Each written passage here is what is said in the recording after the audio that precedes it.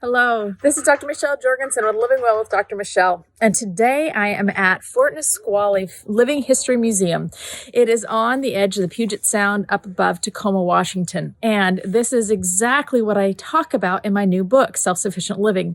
They were living this way. This was a fort that was established in 1855, and it was a colony, and they were very much self-sufficient here. They had to be, because there were not supply chains that were bringing them food and other things to where they were living.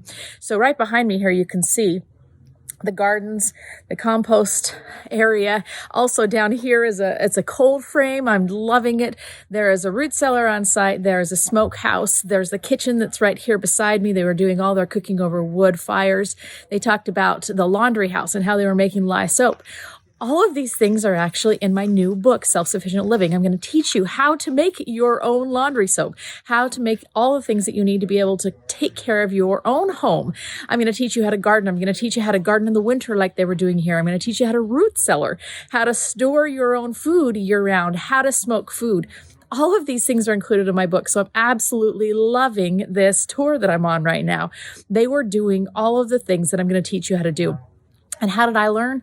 I learned from studying records of people just like this. But the cool thing is I'm going to teach you how to do it in your own backyard, in your own time, in the modern way. And there are ways to provide for yourself, to do all of this for yourself without having to live in a log cabin or cook outside or even use an outhouse like the one I'm standing in front of.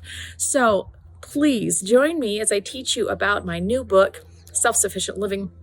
How to do all the things these people were doing, but yet do it in our new modern way that is possible to do in any life, in any backyard, anywhere you live.